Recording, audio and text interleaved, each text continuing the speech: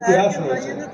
আজকে সেকুলারিজম উঠাই দেওয়ার ফলে সেকুলারিজম আমাদের দেশের মানুষ ভালো মনে করে না। স্বাধীনতার পরবর্তী সময়ে মন্দির, মসজিদ, গির্জা, মাদ্রাসা সবগুলোকে ছিঁড়তে পড়ে গেছে।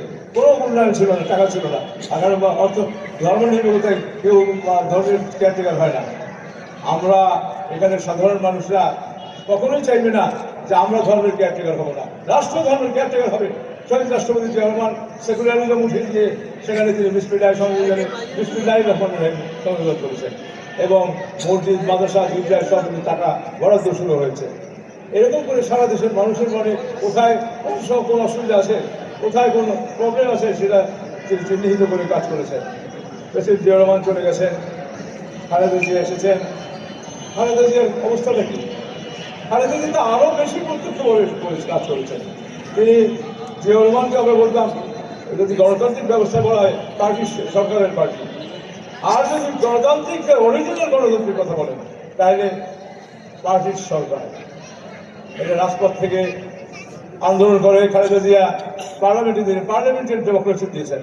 পার্লামেন্টারি ডেমোক্রেসির মাধ্যমে খালেদা জিয়া আজকে বাংলাদেশের ইতিহাসে অনন্য হয়ে থাকবেন। আজকে আমরা খালেদা জিয়ার জন্য আজকে সবাই দোয়া করছেন। বিভিন্ন জায়গায় মন্দির প্রাঙ্গণে গির্জায় দোয়া হচ্ছে, আল্লাহ যেন তাকে আমাদের সুস্থভাবে ফিরিয়ে দেন। আমাদের তারেক রহমান, যিনি শহীদ রাষ্ট্রপতি জিয়া রহমানের সন্তান, খালেদা জিয়ার সন্তান, তিনি আজকে জ্যেষ্ঠ চেয়ারম্যান হিসেবে কাজ করছেন এবং শীঘ্রই 25 তারিখে ডেট দেওয়া হয়েছে তিনি বাংলাদেশে আসবেন।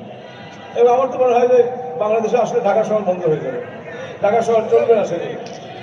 এবং আমরা বিশ্বাস করি, এখন মানুষ বলে খালেদা জিয়াকে, আমি ঢাকা জেলে ছিলাম, আমি তো অনেক জেলে গেছি। ঢাকা জেলে 10-12 হাজার লোক থাকে।